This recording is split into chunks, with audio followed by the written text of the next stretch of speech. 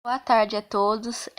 Eu vou dar uma introdução sobre o nosso trabalho, que no caso sou eu e o Gledson, e o nosso trabalho vai ser sobre a avaliação de risco microbiológico na irrigação de culturas, utilizando o efluente tratado da estação de tratamento de esgoto do município de Santa Fé do Sul, que é no interior de São Paulo. Bom, no caso eu vou ficar com a parte da introdução. Eu vou falar um pouco sobre a escassez de alimentos, que ela é muito combinada com a falta de água. E ela tem sido um tema assim bastante questionado atualmente no mundo.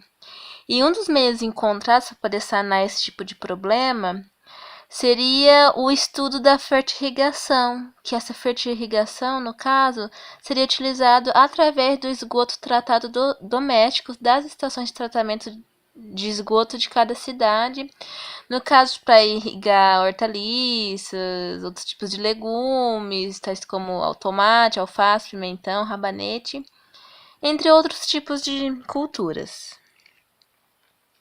Bom, primeiro que o esgoto tratado, o efluente, ele pode ser considerado mais adequado para aplicação na agricultura.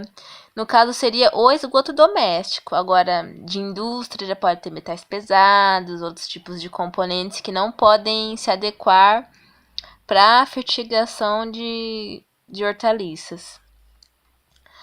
E também devido à sua composição química, como que eu falei, né, os efluentes industriais eles são totalmente compatíveis e podem apresentar essas substâncias tóxicas.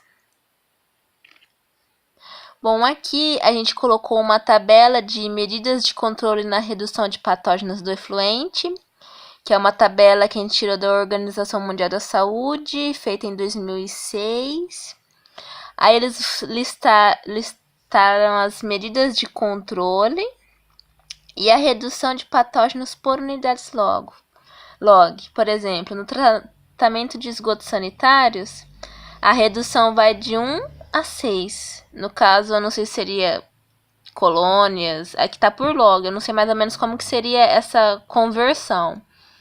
Aí tem irrigação localizada pelo gotejamento, por culturas de baixo crescimento.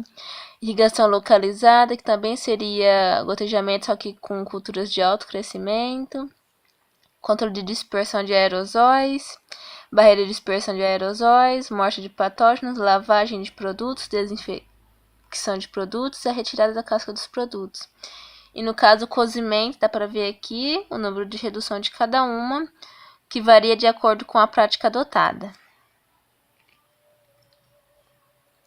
Bom, e sobre o consumo brasileiro de hortaliças, o Brasil nos últimos 8 anos passou de 33% para 35% de 2008 até 2016. Segundo esses dados, eles foram divulgados pelo Ministério da Saúde.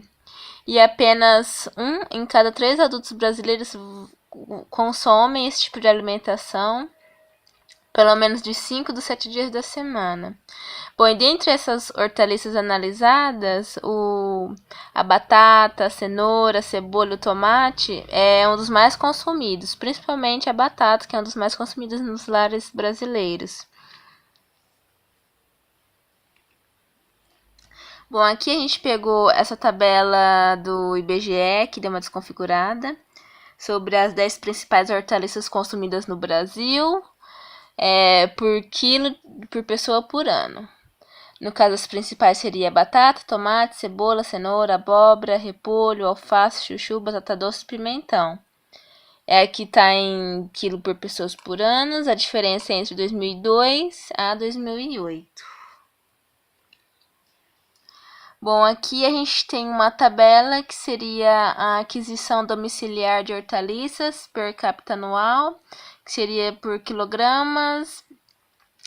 No ano de 2008, a fonte é também do IBGE, pelo POF. Aí tem as principais hortaliças, que seria cebola, tomate e cenoura. E em cada região, a quantidade que cada região do Brasil mais consome em cada quilograma por pessoa.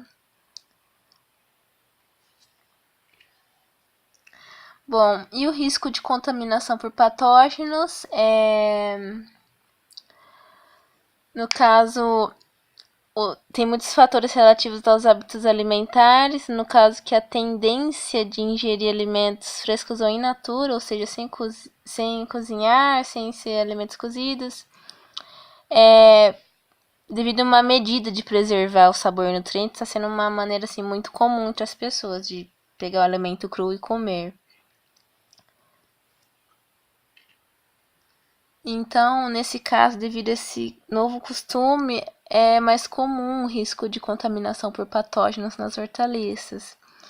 E principalmente são os mais causadores de doenças, que no caso seriam os protozoários patogênicos, que seria o Cryptosporidium, a Giardia, outras bactérias como a Salmonella, a Listeria e a Escherichia coli, e também alguns vírus, como o da hepatite A, que são muito comuns, presentes em alimentos consumidos in natura.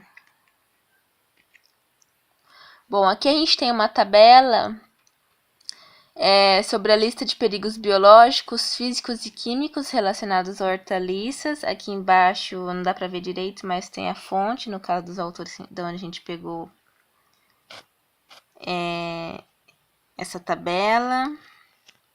Bom, aqui tem as hortaliças, no caso seria a matéria-prima, o perigo biológico, que seria enterobactérias patogênicas, Salmonella, Shigella, Staphylococcus, Escherichia coli, e o Vibrio cholera, que seria o da cólera, e entre outros vírus entéricos, que seria o vírus da hepatite, parasitos humanos, Giardia, Entamoeba.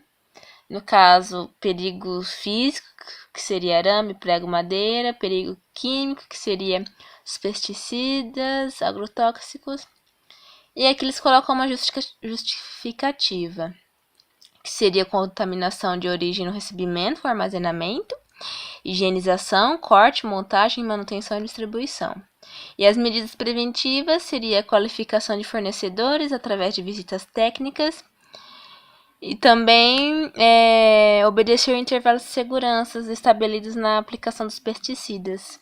E também, por último, e não menos importante, que seria a desinfecção e conservação de cada hortaliça. Bom, um outro fator que a gente colocou no nosso trabalho, tá na introdução, seria sobre a avaliação quantitativa de risco microbiológico. E no caso, essa avaliação ela é um dos processos de base científica e ela é constituída nas seguintes etapas. Primeiro, essa avaliação ela deve identificar o perigo microbiológico. Segundo, vai fazer a caracterização deste perigo. Terceiro, vai avaliar a exposição, no caso da hortaliça, no caso, a exposição por patógeno. E por quarto seria a caracterização do risco. E segundo Santana e Franco, eles ressaltam que uma avaliação de risco microbiológico ela deve se iniciar com a determinação da combinação patógeno-alimento a ser considerada. Bom, aí a gente tem um cálculo aqui, uma equação para poder estimar a ILD, que no caso seria uma causa particular em um período de tempo particular, que no caso seria o número de casos de incidentes num determinado período e que é multiplicado pela duração média da doença e por um fator de peso, que no caso vai refletir a gravidade da doença, numa escala que seria de 0, que seria saúde perfeita para uma pessoa morta pelo patógeno. E a forma básica seria ILD vezes I vezes DW vezes L. No caso, o I seria o número de casos incidentes contaminados pela doença, o DH seria o peso da deficiência, o L seria a duração média do caso até a remissão ou a morte, e no ILD seria, no caso, o pré-natal, a quantidade de pessoas que nascem. Bom, aí a gente tem também o indicador DALY ou DAILY, não sei como eles pronunciam, que no caso seria deficiência ou incapacidade ajustados por anos de vida, que ele é um indicador de avaliação para o risco biológico e vai indicar a carga global da doença. Por exemplo, vai apresentar os anos de vida perdidos por incapacidade ou por morte, avaliando de acordo com os problemas de saúde que vai afetar a qualidade de vida dos indivíduos. E o dele, ele vai procurar também combinar dois indicadores importantes, que seria a mortalidade e a morbidade. No caso, a mortalidade, número de pessoas que morreram, e morbidade, no caso, seria o número de pessoas doentes ou que convivem com a doença. Bom, aqui a gente explica um pouco o cálculo DALY, que no caso o ILL, que a gente calculou anteriormente, ele basicamente vai corresponder ao número de mortes, que seria multiplicado pela expectativa de vida padrão na idade em que a morte ocorre. E a forma básica, no caso, para ILL, seria idade e sexo determinada. A gente tem o N e o L, que seria o número de mortes, e o L, expectativa de vida padrão na idade da morte em anos.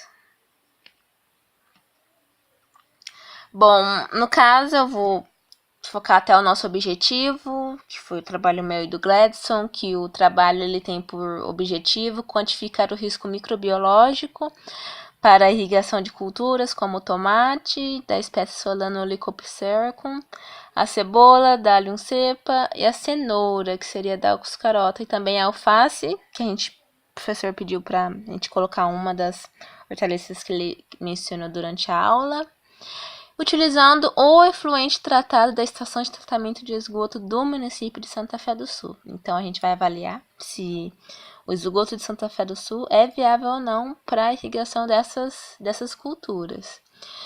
E o nosso objetivo específico, que seria analisar o risco microbiológico dos patógenos, que seria o rotavírus, Campylobacter, Cryptosporidium, através da irrigação de culturas, como o tomate, a cebola, a cenoura ou a alface, utilizando este efluente tratado da estação de tratamento de esgoto de Santa Fé do Sul. Bom, e essa é a minha parte, e a continuação do trabalho agora seria com o vídeo do Gladson. Obrigada.